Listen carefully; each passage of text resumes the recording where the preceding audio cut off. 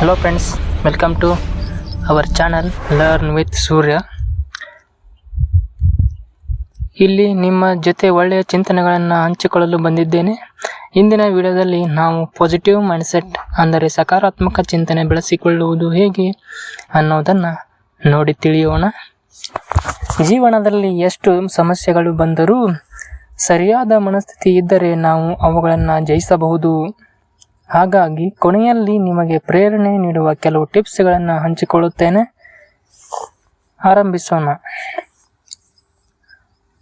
Part number 1, positive mindset ಅಂದರೆ ಏನು? Positive mindset ಅಂದರೆ ಪ್ರತಿಯೊಂದು ಪರಿಸ್ಥಿತಿಯನ್ನು ಆಶಾವಾದದಿಂದ ನೋಡುವ ಮನಸ್ಸು. ಸಮಸ್ಯೆಗಳ ಮೇಲೆ ಅಲ್ಲ, ಪರಿಹಾರದ ಮೇಲೆ ಗಮನ ಹರಿಸುವುದು ಪಾಸಿಟಿವ್ ಮೈಂಡ್ಸೆಟ್. ಜೀವನದಲ್ಲಿ ತಪ್ಪುಗಳು ಆಗಬಹುದು, ನಿರಾಸೆ ಬರಬಹುದು, ಆದರೆ ಅವುಗಳನ್ನು ಹೇಗೆ ಎದುರಿಸಬೇಕು ಅನ್ನೋದನ್ನು ನಿರ್ಧರಿಸುವ ಶಕ್ತಿ ನಮ್ಮ ಮನಸ್ಸಿಗಿದೆ. ಪಾಸಿಟಿವ್ ಆಗಿರುವುದರಿಂದ ಏನು ಲಾಭ ಅಂತ ಕೇಳಬಹುದು.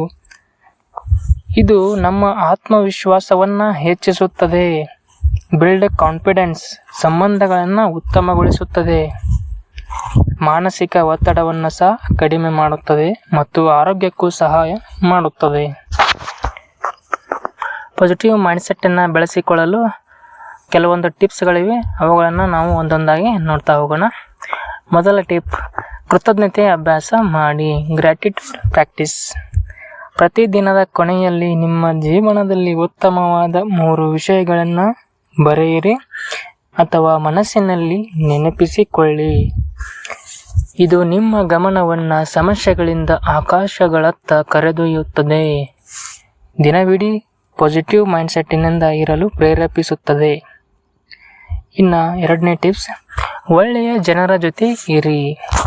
ನಕಾರಾತ್ಮಕವಾಗಿ ಯೋಚಿಸುವವರ ಜೊತೆ ಹೆಚ್ಚು ಕಾಲ ಕಳೆಯಬೇಡಿ.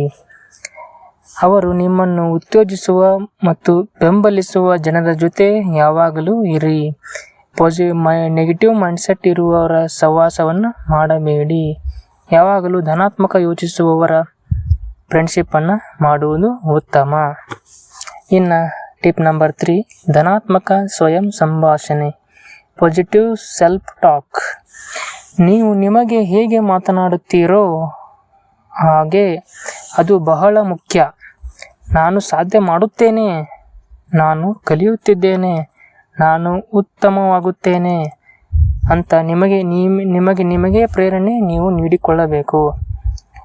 I can do it everything ಅಂತೇಳಿ ನಿಮಗೆ ಪ್ರೇರಣೆ ಮಾಡಿಕೊಂಡು ದಿನವಿಡೀ ಪಾಸಿಟಿವ್ ಥಿಂಕಿಂಗ್ ಮಾಡುತ್ತಾ ನೀವು ದಿನವನ್ನು ಕಳೆಯಬೇಕು. ಇದರಿಂದ ನೀವು ದಿನವಿಡೀ ಪಾಸಿಟಿವ್ ಮೈಂಡ್ಸೆಟ್ನಿಂದ ಇರುತ್ತೀರಿ.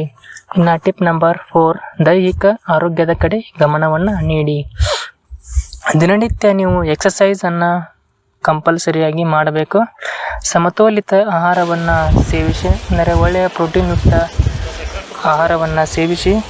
ಯಾವುದೇ ರೀತಿಯ ನಾನ್ ವೆಜ್ ಆಗಲಿ ಅಥವಾ ದೇಹಕ್ಕೆ ಅನಾರೋಗ್ಯಕರವಾದಂಥ ಆಹಾರವನ್ನು ಸೇವಿಸಬೇಡಿ. ಇದರಿಂದ ಆರೋಗ್ಯಕ್ಕೆ ತುಂಬ ಸಮಸ್ಯೆಯಾಗುತ್ತದೆ. ಉತ್ತಮವಾದ ನಿದ್ರೆಯನ್ನು ಪಡೆಯಿರಿ. ದಿನಕ್ಕೆ 7 ರಿಂದ 8 ಗಂಟೆ ಆರೋಗ್ಯಕರವಾದ ದೇಹ ಮಾಡಲೇಬೇಕು.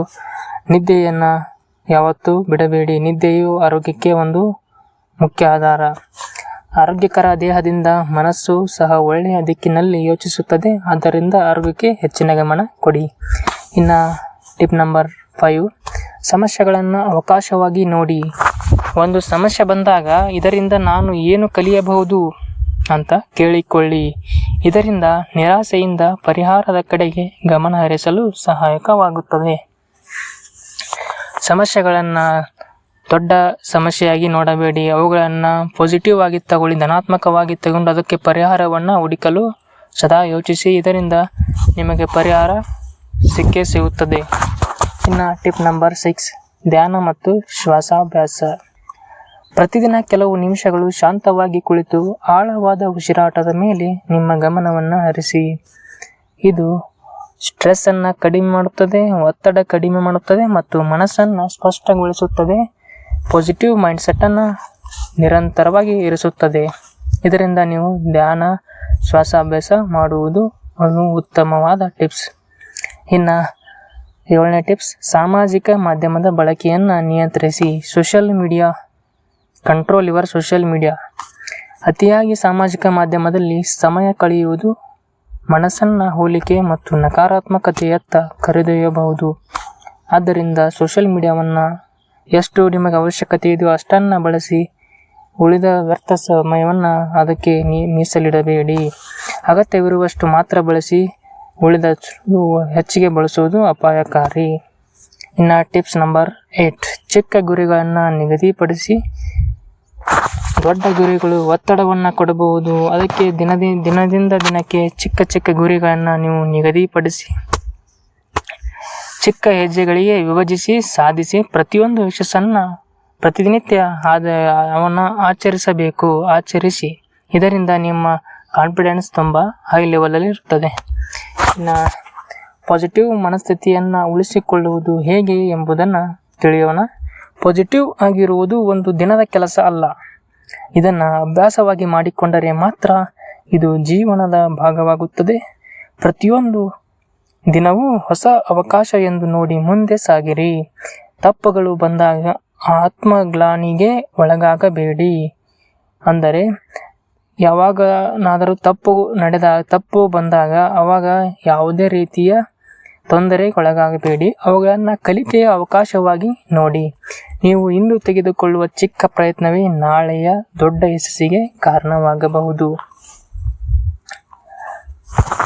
ಇವೆಷ್ಟು ಟಿಪ್ಸ್, 8 ಟಿಪ್ಸನ್ನು ನೋಡಿದ್ದೇವೆ. ಪಾಸಿಟಿವ್ ಮೈಂಡ್ಸೆಟ್ಟನ್ನು ಹೇಗೆ ಬೆಳೆಸಿಕೊಳ್ಳಬೇಕು ಅಂಥೇಳಿ ಇವುಗಳನ್ನು ದಿನದಿಂದ ದಿನಕ್ಕೆ ನೀವು ಒಂದೊಂದು ನಿರಂತರವಾಗಿ ಅವುಗಳನ್ನು ಪಾಲಿಸುತ್ತಾ ಹೋದಂತೆ ನೀವು ಪಾಸಿಟಿವ್ ಮೈಂಡ್ಸೆಟ್ಟನ್ನು ಹೊಂದುವಿರಿ. ಸ್ನೇಹಿತರೆ, ಈ ಟಿಪ್ಸ್ಗಳನ್ನು ನಿಮ್ಮ ದಿನನಿತ್ಯ ಜೀವನದಲ್ಲಿ ಪ್ರಯೋಗಿಸಿ ನೋಡಿ. ಪಾಸಿಟಿವ್ ಚಿಂತನೆ ಬೆಳೆಸಿಕೊಳ್ಳುವುದು ಒಂದು ಪ್ರಯಾಣ. ಅದು ಕಾಲ ತೆಗೆದುಕೊಳ್ಳಬಹುದು, ಆದರೆ ಅದು ಖಂಡಿತವಾಗಿ ಫಲ ನೀಡುತ್ತದೆ. ನಿಮಗೆ ಈ ವಿಡಿಯೋ ಉಪಯುಕ್ತವಾಗಿದೆ ಅಂದ್ಕೊಂಡಿದ್ದೀನಿ. ಅಂದರೆ ಲೈಕ್ ಮಾಡಿ, ಶೇರ್ ಮಾಡಿ ಮತ್ತು ನಿಮ್ಮ ಅಭಿಪ್ರಾಯವನ್ನು ಕಾಮೆಂಟ್ನಲ್ಲಿ ಬರೆಯಿರಿ. ಸಬ್ಸ್ಕ್ರೈಬ್ ಮಾಡಿ. Thank you for watching.